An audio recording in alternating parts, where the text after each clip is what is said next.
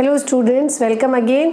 आज की अपनी इस क्लास में हम माइक्रो प्रोसेसर 8085 के इंस्ट्रक्शन सेट के अपने डिस्कशन को कंटिन्यू करेंगे। आज जो हम इंस्ट्रक्शन पढ़ रहे हैं उनमें पहला इंस्ट्रक्शन है INR। INR stands for increment source register और मेमोरी लोकेशन। सोर्स जो है वो आपका रजिस्टर या मेमोरी लोकेशन होगा।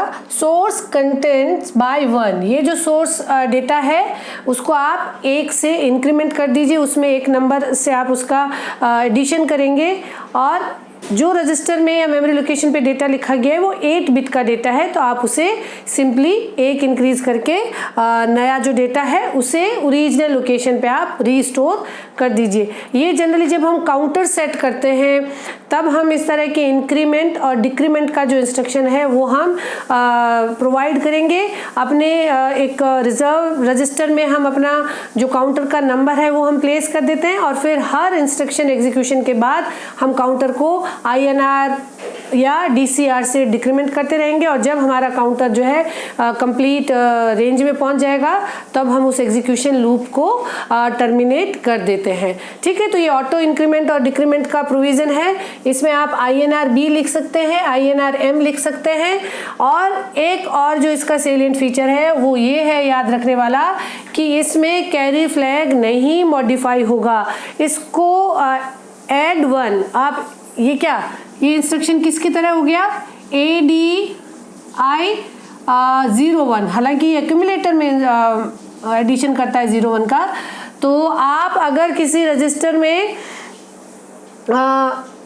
01 ऐड कर रहे हैं तो उससे इस इंस्ट्रक्शन को डिफरेंशिएट करने के लिए हमने क्या डिफ़ॉल्ट सेट रख लिया है कि हम इस इंस्ट्रक्शन के बाद कैरी फ्लैग को चेंज नहीं करेंगे ताकि आप ऐड 01 और इंक्रीमेंट में डिफरेंशिएट कर सकें। ठीक है ना, तो यहाँ पे इंक्रीमेंट हो रहा है और हो सकता है कि इंक्रीज होते होते जो आपका 8 बिट का डेटा है वो फाइनल कैपेसिटी से पहुंच के लार्जर देन 8 बिट कैपेसिटी आप FF से बड़ा हो, तो अगर कैरी जनरेट हो रही है तो उस कैरी को हम नहीं कंसिडर करेंगे। ओवरफ्लो की कंडीशन आपकी जब हो रही है तो कैरी फ्लैग जो है वो आपका नहीं मॉडिफाई होगा। एक तो इसमें ये आपको ध्यान रखने की बात है कि 01 ऐड होता है लेकिन कैरी फ्लैग नहीं चेंज होगा।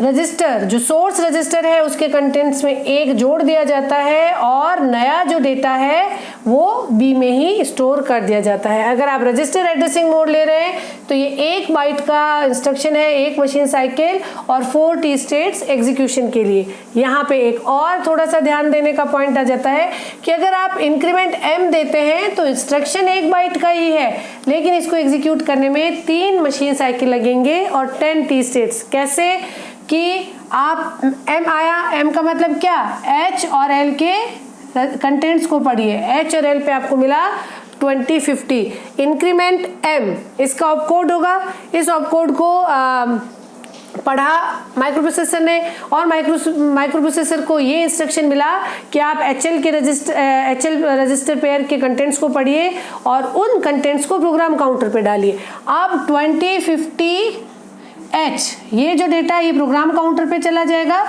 और प्रोग्राम काउंटर 2050H के डेटा पे जो भी लिखा है, मान लीजिए वो लिखा हुआ था 12H, तो पहले ऑपकोड फैच हुआ, सेकेंड मेमोरी साइकिल में ये डेटा पढ़ा गया।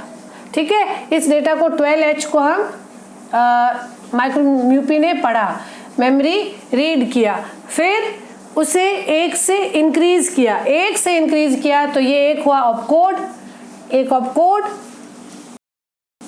फिर मेमोरी रीड, इसे आपने पढ़ा एक मशीन साइकिल में। फिर आपको इंक्रीमेंटेड जो रिजल्ट है वो वापस उसी सोर्स लोकेशन पे आपको रखना है, तो आपको वापस मेमोरी में इंक्रीज करके आपका जो डेटा है वो रखना होगा। तो दूसरा जो होगा साइकिल होगा, एक और साइकिल होगा, वो होगा मेमोरी राइट। तो इस इंस्ट्रक्शन को एग्जीक्यूट करने के लिए 3 मशीन साइकिल 10 T स्टेट्स। ठीक है, आई होप कि आपको क्लियर हो गया होगा।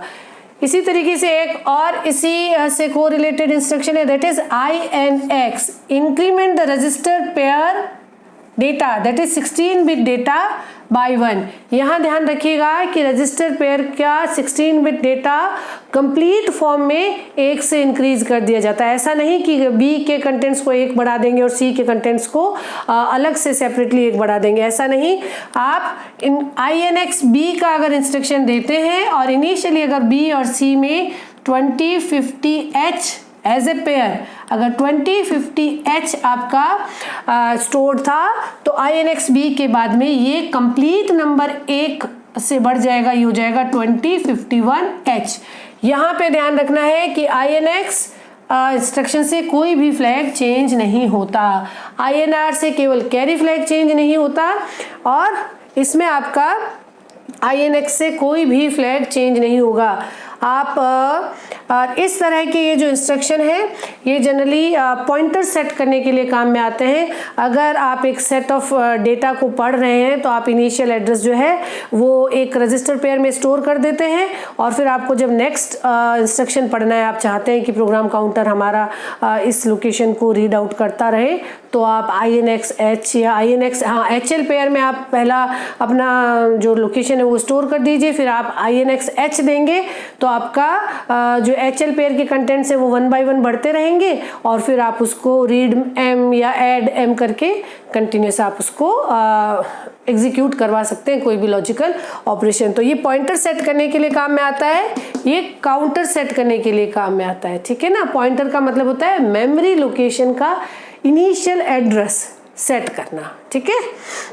उसके बाद में इन्हीं के जो कॉम्प्लीमेंट्स हैं वो हैं आपके DCR decrement in source 8 bit data by 1, ठीक है।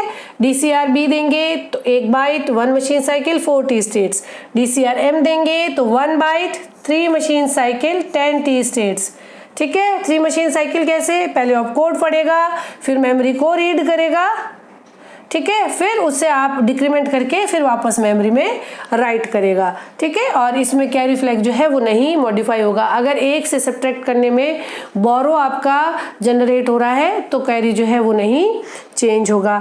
और इसी के कंटिन्यूटी में आपका DCX आ जाएगा, that says decrement 16 bit data in register pair bye 1, complete 16 bit data by 1। जैसे आपने दिया DCX B, अगर आप DCX B मेंशन कर रहे हैं और इनिशियली B और C में अगर 2000H था तो DCX B के बाद ये हो जाएगा, ये वाला कंप्लीट नंबर 1 से डिक्रीमेंट होगा, ये हो जाएगा 1FFFH, ठीक है, और कोई भी फ्लैग चेंज नहीं होगा। यहाँ पे INX और DCX में एक और स्पेशल फीचर है जो आपको ऑब्जेक्टिव स्टेटमेंट वाइज प्रॉब्लम में पूछा जा सकता है, या फिर आपको जब टोटल एग्जीक्यूशन टाइम कैलकुलेट करना हो तो आपको ध्यान रखना हो सकता है उसका ये कि ये इंस्ट्रक्शन होता तो एक ही मशीन साइकिल का है, लेकिन इस INX और DCX के एग्जीक्यूशन में फर्स्ट ऑपकोड फैच एग्जीक्यूशन में आपका 6 T स्टेट्स जो है वो कंज्यूम होंगे। आपका फर्स्ट मशीन साइकिल जो ऑपकोड फैच है वो 6 T स्टेट्स का होता है। ये हमने अपने जब हमने इंस्ट्रक्शन साइकिल मशीन साइकिल पढ़े थे तो हमने ये डिस्कस किया था कि जो मशीन साइकिल है उसका एग्जीक्यूशन टाइम जो है वो 3 T स्टेट्स से लेके 6 T स्टेट्स तक हो सकता है। जैसे ऑपकोड में 4 लगेंगे, मेमोरी रीड और राइट में 3, हॉल्ट में 5, DCX और INX में ये 6 T स्टेट्स का मशीन साइकिल हो सकता है। तो ये आपके इंक्रीमेंट और डिक्रीमेंट पे बेस्ड आपके कुछ इंस्ट्रक्शंस हुए जो काउंटर और पॉइंटर सेट करने के लिए काम में आते हैं। उसके बाद में हमारा नेक्स्ट जो टाइप ऑफ इंस्ट्रक्शन है उसमें हम एक्यूमुलेटर के कंटेंट्स को रोटेट कर रहे हैं। ये जनरली अगर हम बिट बाय बिट पढ़ना चाहें एक्यूमुलेटर के कंटेंट को या किसी भी डेटा स्ट्रिंग को अगर हम बिट बाय बिट पढ़ना चाहें तो जनरली उस पर्पस के लिए ये काम में लिए जाते हैं। ये रोटेट एक्यूमुलेटर के जो भी इंस्ट्रक्शंस हैं वो सब आपके इम्प्लाइड मोड में रहेंगे। 1 बाइट का इंस्ट्रक्शन होगा, 1 मशीन साइकिल और 4 T स्टेट्स लगेंगे। यहाँ पे ये जो इंस्ट्रक्शंस हैं ये आप जो यूज़र है वो प्रोग्रामिंग करते वक्त कम काम में लेता है, बहुत रेयरली काम में लेगा, लेकिन ये इंस्ट्रक्शंस ऑब्जेक्टिव में बहुत इंपॉर्टेंटली पूछे जाते हैं बिकॉज बहुत मिलते जुलते हैं और बहुत ही कंफ्यूजन भी ये अपने जो निमोनिक्स है उसके साथ ये कैरी करते हैं। तो आपको इस निमोनिक का क्या मतलब है और इस इंस्ट्रक्शन के एग्जीक्यूट करने के बाद एक्यूमुलेटर के कंटेंट्स और कैरी फ्लैग कैसे मॉडिफाई होगा उसको ध्यान से पढ़िएगा। एग्जामिनर के लिए ये भी एक फेवरेट टाइप ऑफ प्रॉब्लम है जो वो स्टूडेंट्स को पूछ सकता है प्रॉब्लम फॉर्मेशन की फॉर्म में। ठीक है, पूछा जाएगा आपको कि एक्यूमुलेटर में ये था, ये इंस्ट्रक्शन था, इस इंस्ट्रक्शन के बाद एक्यूमुलेटर या इस इंस्ट्रक्शंस के बाद आप नई जो स्टेटस है उसको डिफाइन कीजिए। So read it carefully. पहला इंस्ट्रक्शन आता है RAL।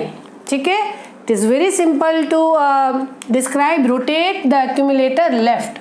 ठीक है, इसमें आपकी जो एक्यूमुलेटर की स्ट्रिंग है उसको आप लेफ्ट में मूव कीजिए, ओरिजिनल स्ट्रिंग को लेफ्ट में मूव कीजिए। ठीक, यहाँ पे ओरिजिनल स्ट्रिंग है उसे आपने लेफ्ट में मूव किया है। ठीक, ये डेटा जो है वो लेफ्ट में मूव होंगे और मूव करते वक्त कैरी फ्लैग जो है वो स्ट्रिंग में आप इंक्लूड करेंगे। ठीक, और इस स्ट्रिंग में जो डेटा है यहाँ पे D0 जो था वो अपनी ओरिजिनल पोजीशन से लेफ्ट में मूव कर जाएगा, D7 जो है वो कैरी फ्लैग में चला जाएगा और ये जो कैरी है वो D0 में आ जाएगी। तो ये एक आपकी जो स्ट्रिंग है, जो रिंग है, उस रिंग में कैरी फ्लैग को आप इंक्लूड करेंगे और जो कंप्लीट डेटा है वो अपनी ओरिजिनल स्टेट से 1 बिट मूव कर जाएगा। तो अगर ओरिजिनल कंटेंट्स ये थे D7 से लेके D0 तक एक्यूमुलेटर के कंटेंट्स 1 0 1 0 0 1 1 थे और कैरी फ्लैग अगर 0 था और अगर आपने इस पोजीशन में इस कंडीशन RAL, ठीक है, rotate accumulator left, rotate accumulator left का अगर आपने इंस्ट्रक्शन दिया तो आप कैरी फ्लैग को इंक्लूड करते हुए आप एक रिंग फॉर्म करेंगे और ये जो रिंग है ये अपनी ओरिजिनल स्टेट से 1 बिट लेफ्ट में मूव कर जाएगी। इस RAL इंस्ट्रक्शन के बाद में ये जो D7 बिट थी वो कैरी में चली गई, कैरी आपकी D0 में आ गई, तो इसके बाद में आपका कैरी फ्लैग सेट हो जाएगा और ये जो बिट है वो आपकी एक आगे खिसक गई, तो ये 1 1 1 जो था ना 1 1 1 0 0 1 0 इस तरह से मूव हो गया। तो RAL इंस्ट्रक्शन के बाद एक्यूमुलेटर ये हो गया, कैरी ये हो गई। आप इस तरह से मूव करके कैरी फ्लैग को चेज करके ये आप सारे बिट पैटर्न को 1 बाय 1 जो है वो आप उसे चेक कर सकते हैं, या आपको पर्टिकुलर एक बिट चेक करनी है कि आप मान लीजिए आप इसको 3 टाइम्स चेक करना चाह रहे हैं तो भी आप इसमें कंटिन्यूअस इंस्ट्रक्शन देंगे RAL का और चौथे उसके बाद में आपको कैरी फ्लैग के स्टेटस से आप इस बिट को रीड कर पाएंगे। ठीक है, उसी तरीके से इसी का मिलता जुलता एक और इंस्ट्रक्शन है, that is RLC, rotate the accumulator left with carry. ठीक है, तो यहाँ पे एक्यूमुलेटर लेफ्ट में मूव करता जाएगा एक्यूमुलेटर के कंटेंट्स और कैरी जो है वो आपकी कंप्लीट रिंग में नहीं इंक्लूड होगी। ये D7 बिट जो है वो कैरी में भी जाती रहेगी और ये D7 बिट जो है वो लेफ्ट में ये रिंग बनेगी। एक्यूमुलेटर के कंटेंट्स एक रिंग बनाएंगे D0 से D7 और जब मूवमेंट होगा तो D7 जो है वो D0 में जाता रहेगा, D0 D1 में, D1 D2 में। ये रिंग केवल एक्यूमुलेटर की कंटेंट्स ही होंगी और D7 बिट जो है वो भी हर बार कैरी में जाती रहेगी। तो D7 बिट जो है वो 2 जगह एक इंस्ट्रक्शन के बाद मूव करेगी, कैरी को भी अपडेट करेगी एज वेल एज आपके D0 बिट को भी ये मॉडिफाई करेगी। तो आप इस तरह से भी आप अपने बिट पैटर्न को चेज कर सकते हैं, बिट पैटर्न को चेक कर सकते हैं। और इन दोनों में ये जो डिफरेंस है ध्यान रखिएगा, RAL में कंप्लीट रिंग बनाइए और RLC में आप केवल एक्यूमुलेटर की रिंग बनाइए और जो D7 बिट है वो कंटिन्यूसली कैरी को भी मॉडिफाई कर रहा है। ठीक है, फिर इसी से मिलते जुलते जो आपके इंस्ट्रक्शंस हैं, that is RAR, rotate the accumulator right. Similarly जैसे RAL में आपकी कैरी फ्लैग को इंक्लूड करते हुए रिंग बनी थी और आप लेफ्ट में मूवमेंट करवा रहे थे, उसी तरीके से आप इसमें कैरी फ्लैग को इंक्लूड करते हुए रिंग बनाएंगे और राइट में मूवमेंट होगा। इस इंस्ट्रक्शन के बाद ये कैरी फ्लैग यहाँ आ जाएगा D7 में और D7 जो है वो D6 में चला जाएगा और D1 जो है वो D0 में चला जाएगा। कैरी फ्लैग में जाएगी D0 बिट। ठीक है, तो ये हो गया है रोटेट एक्यूमुलेटर राइट। इसी का कॉम्प्लीमेंट्री नहीं, very similar, that is rotate the accumulator right also to carry. ठीक है, आपका ये राइट मूवमेंट का एक रिंग बनेगा एक्यूमुलेटर में, D0 D7 में जाएगा, D7 D6 में जाएगा, एज वेल एज ये जो D0 है वो कैरी को भी मॉडिफाई करेगा हर बिट मूवमेंट के साथ। आप जितने टाइम्स RRC देंगे उतनी ही बार आपकी D0 बिट C में मूव करती रहेगी और ये जो बिट्स हैं वो अपने राइट में 1 by 1 मूव करती रहेंगी। तो ये जो इंस्ट्रक्शंस हैं ये बहुत इम्पॉर्टेंट हैं आपके स्टेटमेंट वाइज प्रॉब्लम फॉर्मेशन के हिसाब से। तो इसको थोड़ा ध्यान देके इस तरह से डिटेल में बनाइए। आप एक बार एक इसको याद कर पाएंगे तो आप अपने आप याद कर पाएंगे कि अगर इसमें कंप्लीट रिंग है तो दूसरे में जो रिंग है उसमें कैरी जो है वो फाइनल रिंग में नहीं इंक्लूड करनी है। और अगर ये आप कर पाए तो ये तो आपको इनमें आप बहुत आसानी से डिफ्रेंशिएट कर पाएंगे। तो यहाँ पे हमारे कुछ और इंस्ट्रक्शंस हमने डिस्कस कर लिए हैं 8085 इंस्ट्रक्शन सेट के, और अपने नेक्स्ट वीडियो में भी हम 8085 का जो इंस्ट्रक्शन सेट है उसका डिस्कशन कंटिन्यू रखेंगे। Keep learning, keep watching. Thank you.